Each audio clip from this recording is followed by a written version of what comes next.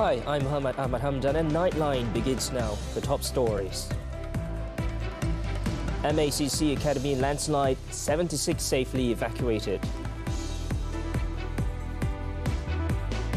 Stranded Malaysians in Sudan safely deported to Port Sudan.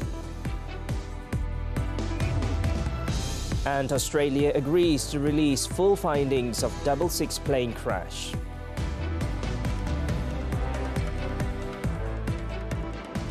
Good morning. We begin with this headlining story. A total of 76 people were safely evacuated after a major landslide struck a slope in front of the Malaysian Anti-Corruption Academy MACA in Bukit Tunku, Kuala Lumpur on Tuesday. No injury was reported. However, the 1:45 p.m. incident at Persiaran Tuanku Said Sirajuddin caused a guard post and the entrance of the academy to collapse.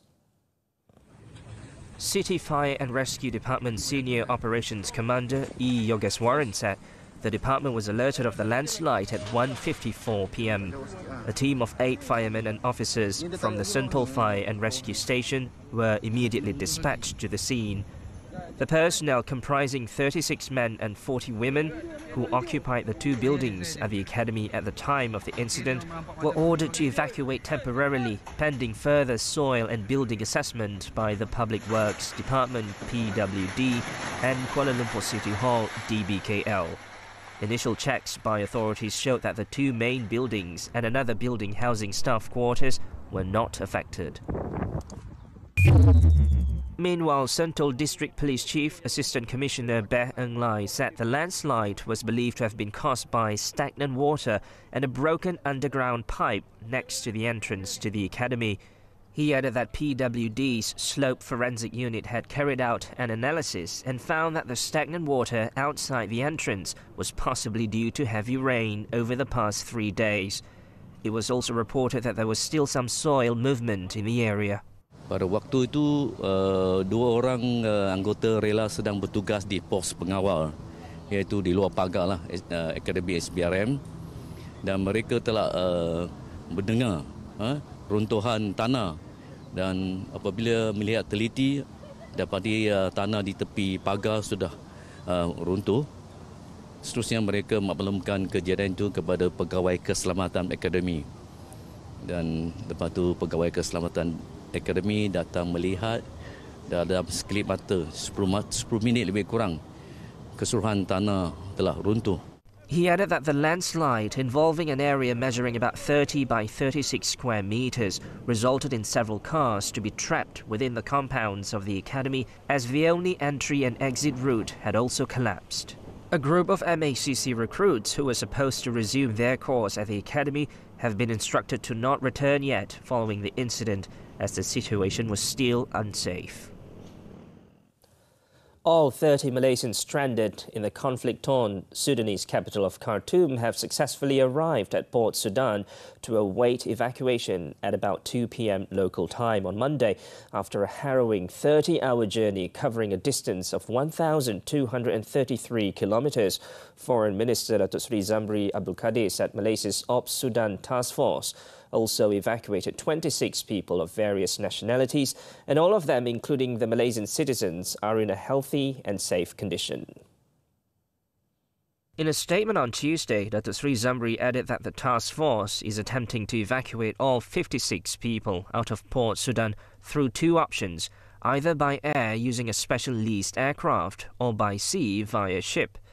He also said that this would depend on which option will get the fastest and immediate approval from the relevant parties. 2 Malaysians, however, were not evacuated, as they are serving the United Nations mission in Sudan, in Abyei, and their evacuation will be handled by the UN. Earlier, Datuk Seri Zamri reportedly said the evacuees would be transported to a safe zone first, either to Jeddah in Saudi Arabia or Cairo in Egypt, before being flown back to Malaysia.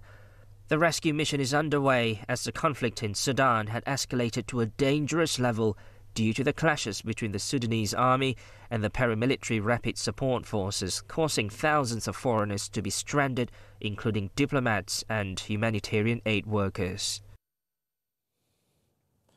In the meantime, other foreign governments have also started to get their diplomats and other citizens safely out of Sudan. Several European countries are amongst the first ones to deploy military transport for safe evacuation, including France, which brought out 388 people, including citizens from 28 countries in Europe, Africa, Asia and North America on 4 flights to Djibouti. 3 German military transport planes flew 311 more people from Sudan to Jordan. An Italian Air Force C-130 transport aircraft airlifted some 200 civilians out of Khartoum to Djibouti. Spain also said it had evacuated approximately 172 people from Khartoum, including 34 Spanish nationals and citizens of Argentina, Colombia, Ireland, Italy, Mexico, Portugal and Poland. Meanwhile, fighting in Sudan eased overnight after the army and a rival paramilitary force agreed to a 3-day truce. The Sudan Armed Forces SAF said the US and Saudi Arabia mediated the ceasefire, and US Secretary of State Antony Blinken announced the agreement first, saying it followed through 2 days of intense negotiations after the two sides were not abiding to several previous truce deals. The International Committee of the Red Cross welcomed the announced ceasefire as a potential lifesaver for civilians trapped in their homes in fighting-hit areas. At least 427 people have been killed and more than 3,700 wounded since the power struggle began on April 15th, knocking out hospitals and other services and turning residential areas into war zones. Moving on, the Australian government has agreed to release the full findings of the 1976 66 Nomad air crash that claimed the lives of the then Sabah Chief Minister Tun Fuad Stevens and 10 others. Australia's Administrative Appeals Tribunal in Sydney decided to allow the release in its entirety following a request made by the former Sabah Chief Minister Tan Sri Haris Muhammad Saleh. The matter was confirmed by lawyers Dato' Alex Desina and Jordan Kong of Messrs. Jaya Surya Kar and Co., who were appointed by Tan Sri Haris. This comes after Tan Sri Haris made an application on May 12, 2022 to the National Archives of Australia, NAA, to release the reports, after which both parties came to an agreement. The plane they crashed in was a Nomad N-22B aircraft, manufactured by the Australian government-owned Government Aircraft Factories, GAF, which gave GAF authority to do its own investigation on the crash. Earlier this month, Putrajaya agreed to declassify the report, which had been placed under the Official Secrets Act. According to the report, the pilot had a history of poor performance in flying, and the aircraft was overloaded in the aft section. The incident also claimed the lives of state ministers Datuk Saleh Sulong, Datuk Chong Tian Vun and Datuk Peter Mojuntin after the GAF Nomad aircraft they were in crashed in Sembulan, Kota Kinabalu. Following the incident, the Australian GAF Nomad manufacturer and the Australian Department of Transport launched an investigation to prove that the crash was not due to mechanical issues. Prime Minister Datuk Sri Anwar Ibrahim has reiterated Malaysia's commitment to continue working closely with Turkey and strengthening the bilateral ties between the two countries. The commitment was conveyed to Turkish President Recep Tayyip Erdogan during a telephone call on Monday after they exchanged Aidilfitri greetings. The telephone conversation was shared through a post on Datuk Sri Anwar's Facebook page. He said the two leaders also talked about Turkey-Malaysia bilateral issues as well as international issues, including the political crisis in Tunisia and the latest development of the conflict in Sudan. He also took note that Turkey is preparing for its upcoming general election. Now, Datuk Sri Fadilah Yusof has dismissed claims in a report by a news portal over a fresh plot to topple Prime Minister Datuk Sri Anwar Ibrahim's unity government. The Deputy Prime Minister said that he was unaware of such a scheme and had not been approached by anyone of the matter, adding that it was just a baseless allegation to cause a rift among the political parties within the current federal government. There's no move. I don't know if there's any move or not. And should there be one? That's why I don't want to comment, because something is not reliable. Why we have to comment something which is not reliable? I have not been approached. Nobody approach us. So we are just focusing right now. As you know, GPS is focusing on the work to make sure that Malaysia will be back into the glory days. Okay? Economic recovery is our focus. He said this reporters at his Aidilfitri open house in Kuching, Sarawak on Tuesday. The Vibes earlier reported that an unnamed source had claimed that a group of rogue Barisan Nasional MPs could be involved in an alleged plot alongside Perikatan Nasional to oust the unity government. It was alleged that at least 12 BN MPs were being persuaded by certain key individuals to take part in a do-or-die mission by quitting their party and sacrificing their seats to trigger by-elections, which will see them recontesting under the opposition banner instead. The Malacca state government will organise a fishing competition and fish cook-off as a proactive measure to tackle the fish kill phenomenon in Sungai Malacca. Chief Minister Datuk Seri Abdul Rauf Yusof said it would indirectly turn into a new attraction in conjunction with Visit Malacca Year 2024. Kejadian ini telah dilihat beberapa tahun kebelakangan ini menjadi fenomena atas sebab perubahan iklim ataupun disebabkan oleh paras sungai lebih rendah pada paras laut. Jadi kita bercadangkan kepada Esko Pelancongan dan Warisan, sebelum menjelangnya bulan 4 tahun depan, kita akan menganjurkan pesta memancing dan memasak makanan ikan sungai sebelum bulan 4. Bersempena dengan Tahun Melawat Melaka, kita akan buka kepada orang ramai. He was speaking to the media after visiting the location where 5 tons of dead fish were found floating in Sungai Malacca on Tuesday. Datuk Seri Rauf said the fishing competition and cook-off will be held along the 5.4-kilometre stretch of Sungai Malacca Phase 2 until Batu Hampa, adding that it was a measure to conserve the ecology of Sungai Malacca, especially against the odour pollution caused by rotting fish. Media outlets reported on Monday that thousands of dead fish were found floating along Sungai Malacca. Malaysia is currently experiencing a heat wave with temperatures reaching a maximum of 37 degrees Celsius for the past 3 days. The hot spell has caused concerns among members of the public who are worried about the potential health risks brought by the scorching heat. Hakim Azman reports. Speaking to Nightline, many parents acknowledge that their children are particularly vulnerable to the hot weather. However, they believe that taking precautions can help prevent any serious health complications. I don't think that it's really safe for us to bring the kids outside because of the weather is really hot, and some more that it tends to get sick for them. So I guess it's just not safe. Depend. As long as your children have enough drink, it should be okay with me. As for senior citizens, the scorching weather poses a risk for them, as their ability to regulate body temperature had decreased with age. In addition, those with pre-existing health conditions may be more vulnerable to heat-related illnesses. Mostly, older generation effect because of maybe the slowing work or whatever lah. Well, I think as much as possible we should avoid going out into the sun. I think the heat is really killing us basically. So even for my family, I advise them to stay at home for now and then drink a lot of water. I used to be an outgoing person as much as possible as well, but with this kind of weather, this kind of heat, then it's limited our movement. Despite the unbearable weather conditions, some Malaysians still choose to mask up to protect themselves and prevent the transmission of COVID-19.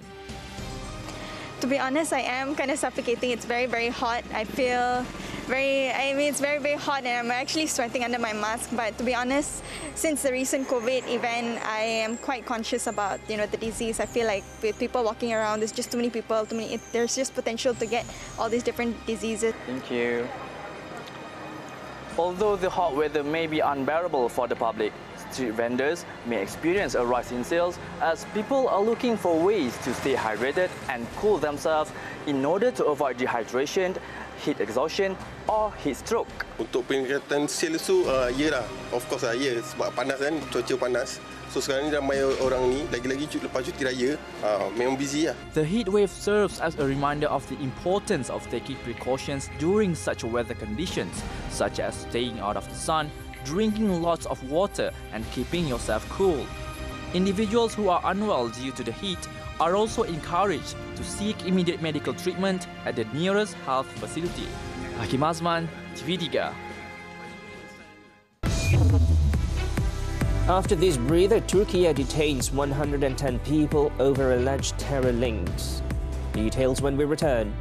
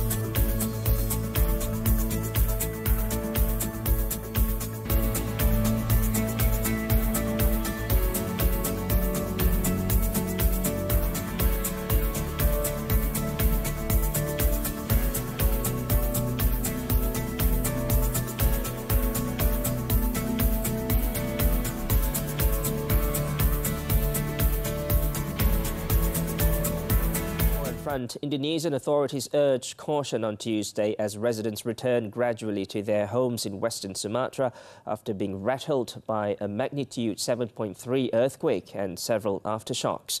The National Disaster Mitigation Agency urged residents to stay alert and ensure that home exits remain unblocked in case people needed to rush outside again. It reminded people to go to a higher place if there is an earthquake that lasts more than 30 seconds, to anticipate the possibility of a tsunami, especially for those living in coastal areas. The earthquake, which took place out at sea at about 3 a.m. local time on Monday, triggered a tsunami warning that was lifted 2 hours later. Residents in Padang, a city on the west coast of Sumatra, said they had panicked as tsunami warning siren wailed and forced evacuation to higher ground in the middle of the night. Several aftershocks were recorded and a tide gauge at Tanah Bala Island off the western Sumatra coast recorded an 11-centimetre rise in water levels after the main quake. However, there were no reports of casualties.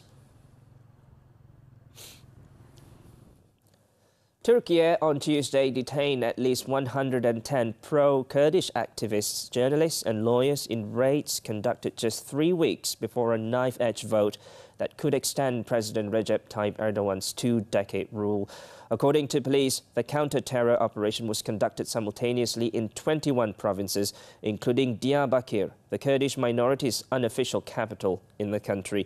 It was believed that police held people suspected of financing the Kurdistan Workers' Party, PKK, or roping new members into the outlawed group. The PKK has been proscribed as a terrorist organization by Ankara and its Western allies for waging a decades-long armed struggle for greater autonomy in Turkey's southeast. The operation also involved suspects who transferred money to the PKK through municipalities held by main pro-Kurdish party, the People's Democratic Party, HDP. The raids were believed to be the largest since 108 suspects were arrested in a similar operation in 2020. Joe Biden on Tuesday announced he will seek a second term in the White House, ending months of speculation and firing the starting gun on the 2024 re-election campaign that could result in a rematch of his 2020 clash with Donald Trump. The US president has long signaled that he would seek a second term, but the lack of a formal announcement had seeded doubt among supporters about whether one of the oldest world leaders would or should commit to another four-year term. Biden is unlikely to face a serious primary challenge from within the Democratic Party's ranks. However, he is still likely to face an uphill battle at the ballot box in the general election against a Republican opponent. The American electorate is sharply divided, and Biden has battled persistently low approval ratings for much of his presidency.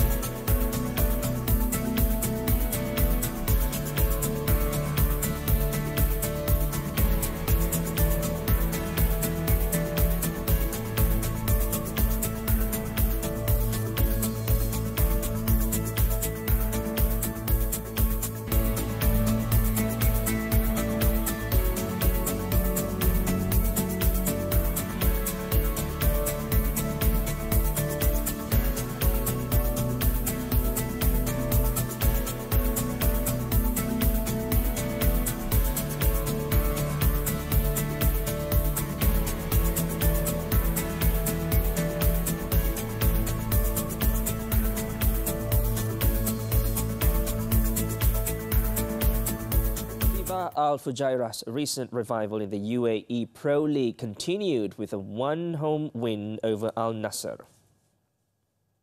Alvaro de Oliveira met a 14th-minute cross from his Diba teammate Ibrahim Said Al-Yakubi and buried an unstoppable diving header into the far corner of the net to make it 1-0. Tafadzwa Liwayo cemented his side's lead in the second minute of the first half stoppage time when he met Abdoulaye Konde's low cross with a simple finish from close range. 5 minutes after the break, Daniel Mlapa reduced the margin and pulled one back when he rose up for a powerful header at the far post.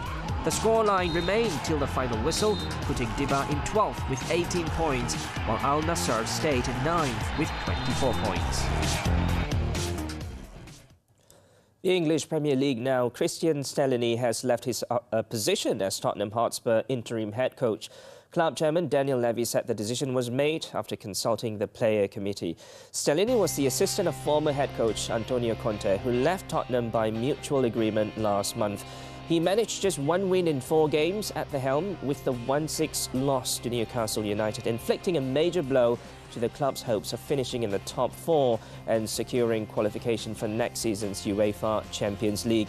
Ryan Mason, who worked under Stellini and took charge when Jose Mourinho was sacked in 2021, will take over as caretaker boss.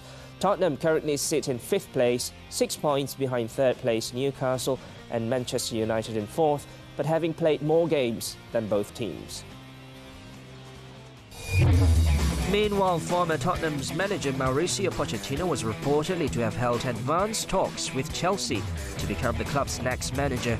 Pochettino became front-runner for the role when former Bayern Munich head coach Julian Nagelsmann ruled himself out last week, and the Argentine held further discussions with Chelsea representatives on Monday. The Blues are currently being coached by former manager Frank Lampard, who returned to the club on an interim basis following the sacking of Graham Potter at the start of April.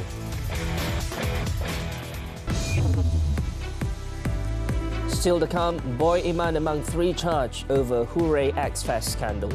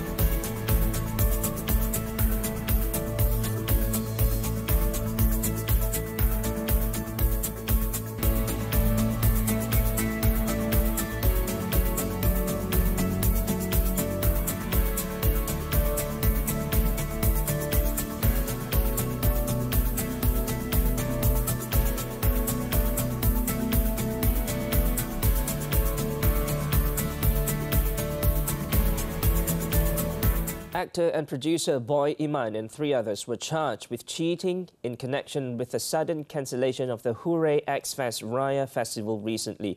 Boy Iman, whose real name is Nurul Iman A. Rahman, age 43, along with Nur Azmi Jantan, 49, Noraza Sahud and Nurzana Rapi alias Rafi, both 51, pleaded not guilty after the charges were read to them at the Kuala Lumpur Magistrates Court on Tuesday.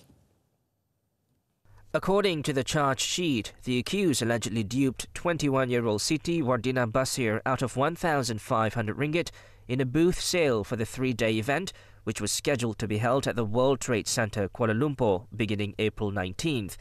They were charged under Section 420 of the Penal Code for cheating, read together with Section 34 for a criminal act by several persons in furtherance of a common intention, which carries a maximum of 10 years jail and whipping, as well as a fine upon conviction. Magistrate Norlina Hanim Abdul Halim set bail at 3,000 ringgit for each accused, with one surety, and ordered them to surrender their passports to the court. The court set June 13th for remention. Over in Perak, a newlywed couple were arrested by the police on suspicion of drug trafficking just 1 day after their wedding. The couple, aged 23 and 24, were arrested by the Narcotics Crime Investigation Division team of the Hilir Perak District Police Headquarters at 12:30 p.m. on Tuesday. Hilir Perak District Police Chief Assistant Commissioner Ahmad Adnan Basri said they were arrested along with 20 plastic packages of suspected drugs worth 77,000 ringgit. Police also seized a suitcase suspected of containing heroin weighing 9.3 kilograms. ACP Ahmad Adnan said the bride and groom were waiting for customers in the parking area of a mosque before being apprehended by police. Both suspects also tested positive for methamphetamine. Police are in the midst of tracking down other syndicate members. A remand order against the suspects will be made on Wednesday, and the case is being investigated under the Dangerous Drugs Act. Lastly, in Johor, a 30-year-old man was killed when his car crashed into an electrical pole in Taman Mawai, Jalan Kota Tinggi early on Tuesday morning. The Kota Tinggi Fire and Rescue Department received a distress call about the incident at around 7:21 a.m. Operation Commander Ibrahim Wahid said the victim, who was travelling alone in a Honda Civic during the incident, died of severe head injuries. The victim was believed to have lost control of the vehicle and skidded before crashing into the Tenaga Nasional Berhad's electrical pole. The impact of the crash caused the pole to collapse and hit the victim in the car.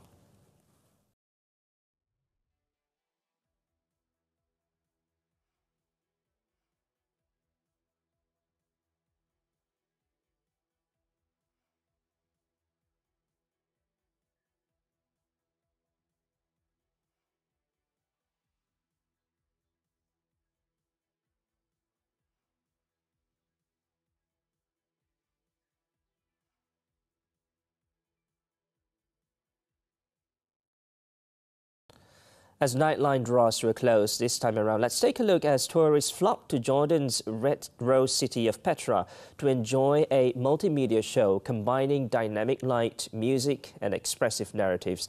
The Petra Light Festival includes an audio experience and a 3D mapping light show by international artists. With that, I'm Muhammed. Hamdan. Thank you for watching and stay safe.